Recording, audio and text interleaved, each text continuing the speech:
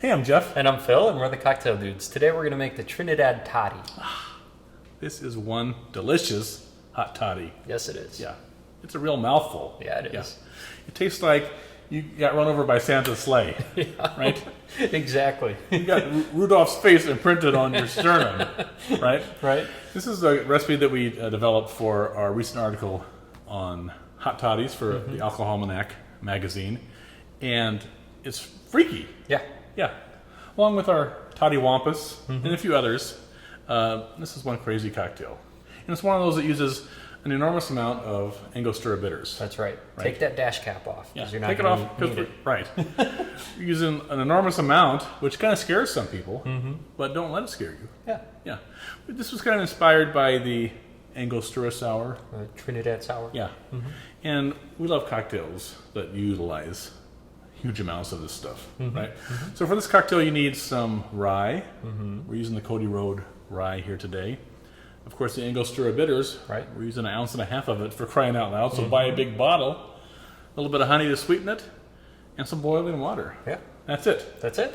Now we use these Irish coffee mugs typically, and our recipes are sort of geared for that 7-ounce size. Right. If you use a standard 10-ounce coffee mug, either increase your alcohol quantities a tad, or just don't fill it all the way full. That's right. It's easy to do, right? So we have boiling water in here to begin with to preheat the glass. That's right. We're going to dump that out. So we'll start with a warm glass, right? We're going to start by putting 1.5 ounces of rye into the glass. There we go. Yeah, you don't want to add all your ingredients to a cold mug because that's just going to cool it down then when you add that hot water. One of the best things about a hot toddy is that it's hot, right? It's piping hot. Yeah, if it wasn't hot, you'd call it a warm toddy. Yeah, but it's an important thing to do.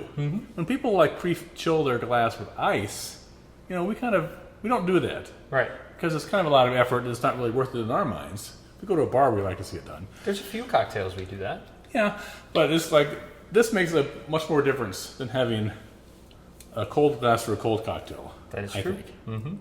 1.5 ounces of the Angostura bitters. There you go. That's a lot. And then for a sweetener, we're going to use honey, 3/4 ounces. There we go. Now we have a couple of other creations that use huge amounts of Angostura bitters, like our Death in the Morning and our Bachita Maluca. That's kind of that Brazilian-inspired cocktail. Along with our Angostura milkshake, Fa La La Laernum. It's kind of fun to do, right?